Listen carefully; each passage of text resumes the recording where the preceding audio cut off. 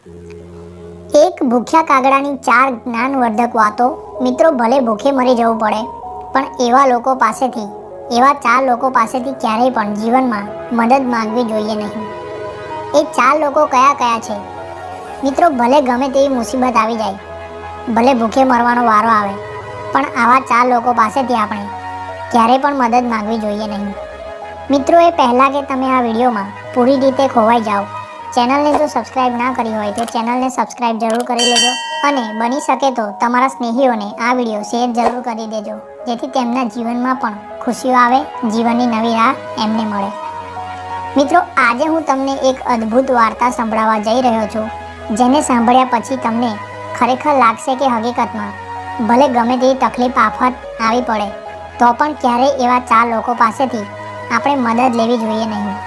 મિત્રો, ઘણા મિત્રો વિડીયો અધૂરો છોડીને જતા રહે છે, માટે એમને જણાવી દઉં કે અધૂરું જ્ઞાન એ હંમેશા ખતરનાક હોય છે, માટે વિડીયોને બની શકે તો અંત સુધી જરૂર જુઓ, તો જ તમને વિડીયોમાં કહેલી વાતો સારી રીતે સમજાશે અને એનો ફાયદો તમે ઉઠાવી શકશો।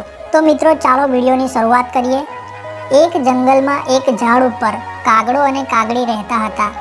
મિત્રો, એક દિવસ બંને એક ઝાડ પર બેઠા બેઠા ચારે બાજુ જોતા હતા કે અમને કંઈક ખાવા માટે મળી જાય, અમને ભોજન મળી જાય તો અમારું પેટ ભરાઈ જાય।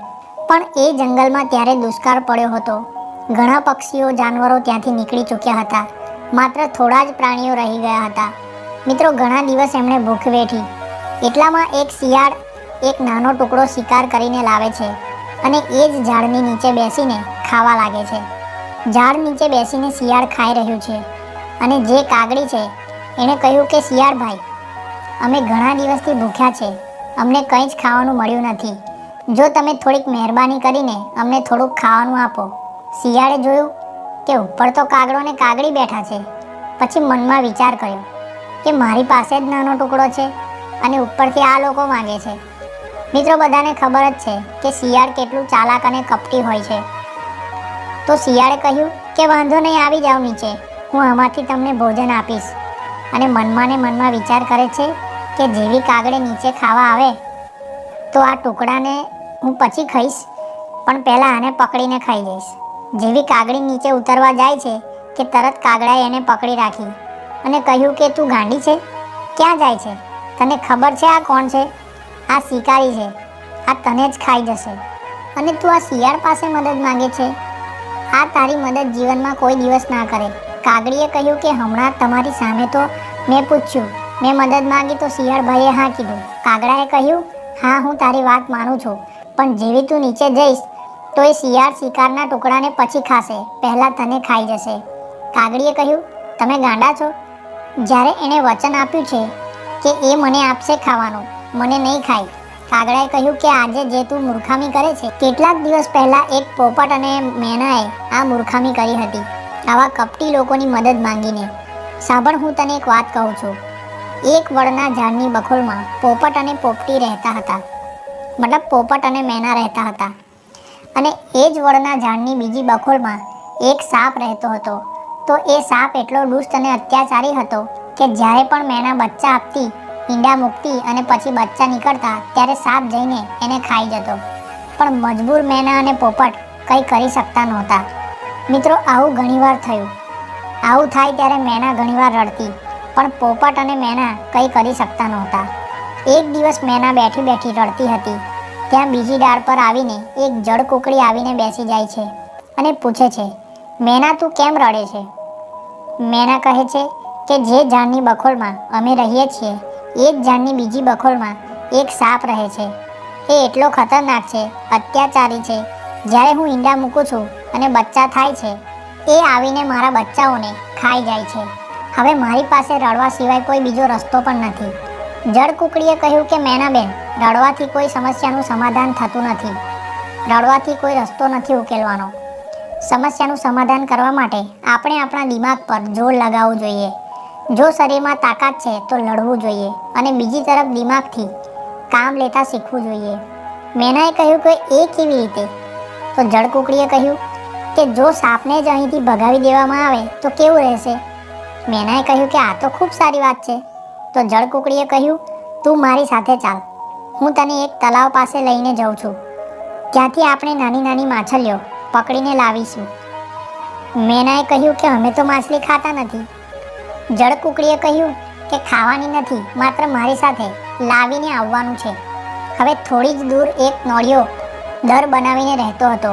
તો પેલો પોપટ, મેના અને જળકુકડી આ ત્રણેય તલાવમાંથી માછલીઓ પકડીને લાવ્યા અને એક એક માછલી નોળિયાના દર પાસે મૂકી દીધી. બીજી માછલી થોડીક દૂર રાખી, ત્રીજી માછલી એનાથી દૂર મૂકી. આમ કરતાં કરતાં એક એક માછલી જ્યાં પેલો સાપ રહેતો હતો ત્યાં સુધી માછલી થોડા થોડા અંતર પર રાખી દીધી. થોડી વાર પછી નોળિયો પોતાના દરમાંથી બહાર નીકળ્યો. એણે જોયું કે દરની બહાર માછલી પડી છે. એ તો ખુશ થઈ ગયો. વિચાર્યું કે આજે તો ભગવાને ઘર પાસે જ ખાવાનું આપી દીધું. આજે તો ચાંદી ચાંદી થઈ ગઈ. એક માછલી ખાઈ ગયો. થોડોક આગળ વધ્યો, બીજી એક માછલી મળી, એણે પણ એ ખાઈ ગયો. હજુ આગળ વધ્યો, બીજી એક માછલી મળી, એણે પણ ખાઈ ગયો. આમ જ ધીરે ધીરે એ આગળ વધતો ગયો અને જ્યાં સાપની બખોલ હતી ત્યાં પહોંચી જાય છે. જ્યાં સાપ રહેતો હતો ત્યાં બખોલના દરવાજે પહોંચી જાય છે. અને સાપના બખોલ પાસેથી માછલી ખાઈને નોળિયાના મગજમાં એક વાત આવી કે મારા દરની આ બખોલ સુધી ક્રમવાઇઝ માછલીઓ પડેલી મળી મને. આ બખોલમાં ચોક્કસ કંઈક છે. હવે બીજી તરફ એક ડાળ પર પેલા પોપટ, મેના અને જળકુકડી આ બધું જોયા કરે છે અને આ બાજુ નોળિયો આવું વિચારીને બખોલની અંદર જાય છે. તો બધાને ખબર જ છે કે સાપ અને નોળિયાને 36નો આંકડો છે. બંને વચ્ચે દુશ્મની હોય છે. મિત્રો, નોળિયાએ લડતા લડતા સાપને મારી નાખ્યો. જેવો સાપને મારીને નોળિયો બખોલમાંથી બહાર નીકળ્યો, આ જોઈને પોપટ અને મેના ખૂબ ખુશ થઈ જાય છે. ઉપર બેઠા બેઠા બૂમ પાડી, નોળિયા ભાઈ, તમારો દિલથી ધન્યવાદ, તમારો ખૂબ ખૂબ આભાર. નોળિયાએ એ તરફ જોયું અને કહ્યું, તમે કોણ છો? પોપટને મેના બોલ્યા, અમે અહીં જ રહીએ છીએ. નોળિયો સમજી ગયો કે આ બધી આ લોકોની ચાલ હતી કે મને આ લોકો અહીં સુધી લઈને આવ્યા. પોપટ અને મેનાએ કહ્યું કે તમારો ખૂબ ખૂબ આભાર. તો નોળિયાએ કહ્યું કે હવે ઉપરથી બેઠા બેઠા જ આભાર વ્યક્ત કરતા રહેશો કે નીચે પણ આવશો? મિત્રો, જેવી મેના નીચે ઉડીને આવે છે, નોળિયાની પાસે બેસે છે, તો નોળિયાએ મેનાને પણ પકડીને મારી નાખી. મિત્રો, આ જગ્યાએ મેના અને પોપટે મોટી ભૂલ કરી નાખી કે પોતાના એક દુશ્મનથી છુટકારો મેળવવા માટે બીજા દુશ્મનની મદદ લીધી. એનું પરિણામ એમને ભોગવવું પડ્યું. મિત્રો, આપણે ગમે તેવી પરિસ્થિતિમાં કેમ ના હોય, આપણે આ 4 લોકો પાસેથી મદદ ના લેવી જોઈએ. સૌથી પહેલી વાત, પોતાના દુશ્મન પાસેથી ક્યારેય પણ મદદ માંગવી જોઈએ નહીં. જો આપણે આપણા દુશ્મન પાસેથી જ મદદ માંગીશું તો એ સમય આવવા પર લાગ જોઈને એ તમારા ઉપર વાર જરૂર કરશે. એને કોઈ રોકી શકે નહીં. બીજી વાત કે અહંકારી અને ઘમંડી વ્યક્તિ પાસેથી કોઈ પણ વ્યક્તિએ મદદ ના લેવી જોઈએ.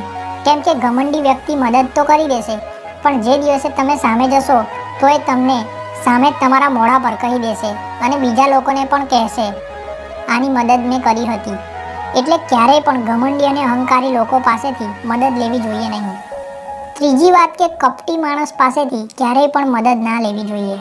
જે લોકો કપટી સ્વભાવના હોય, પોતાના મનમાં કપટ રાખતા હોય, વધારે પડતા કાવતરા કરનારા હોય, એમની પાસેથી ક્યારેય પણ મદદ ના લેવી જોઈએ. કેમ કે આવા લોકો તમારી મદદ એટલા માટે કરે છે કે એમનો ફાયદો રહેલો હોય છે અને તમારું જો નુકસાન થાય તો પણ એ અચકાશે નહીં. માટે આવા લોકો પાસેથી ક્યારેય પણ મદદ માંગવી જોઈએ નહીં. અને ચોથી સૌથી મહત્વની વાત કે નશો કરેલી વ્યક્તિ કે જેણે નશો કર્યો હોય, નશામાં ધૂત હોય, એવા વ્યક્તિ પાસેથી પણ મદદ માંગવી જોઈએ નહીં. કેમ કે આ માણસ તો મરશે પણ સાથે સાથે તમને પણ લઈને મરશે. ઉદાહરણ તરીકે, નશાની હાલતમાં કોઈ ગાડી લઈને આવે છે અને તમે ચાલતા જઈ રહ્યા છો અને તમે એની પાસે લિફ્ટ માંગો છો, તો સાથે તમે એની ગાડી પર જશો, તમને ખબર જ છે કે શું હાલત થશે. તો મિત્રો, આ વાર્તામાંથી આપણને એ શીખવા મળે છે કે કોઈ દિવસ આપણા દુશ્મન પાસેથી, અહંકારી વ્યક્તિ પાસેથી, કપટી વ્યક્તિ પાસેથી અને નશો કરેલી હાલતમાં જે વ્યક્તિ હોય એની પાસેથી ક્યારે પણ આપણે મદદ માંગવી જોઈએ નહીં. તો આ વાત કાગડાએ કાગડીને સમજાવી અને કહ્યું કે આ 4 લોકો પાસેથી આપણે જીવનમાં ક્યારે પણ મદદ માંગવી જોઈએ નહીં. મિત્રો, આ વિડીયો તમને ગમ્યો હોય તો લાઈક જરૂર કરજો, કમેન્ટ કરજો, પોતાના મિત્રો, સગા સંબંધીઓને શેર કરજો. ચેનલ પર જો નવા હોય તો ચેનલને સબસ્ક્રાઈબ જરૂર કરી લેજો. બાજુમાં આપેલી ઘંટડીને પણ દબાવી દેજો. આપણે મળીશું એક આવા જ નવા વિડીયો સાથે. ત્યાં સુધી મસ્ત રહો, ખુશ રહો.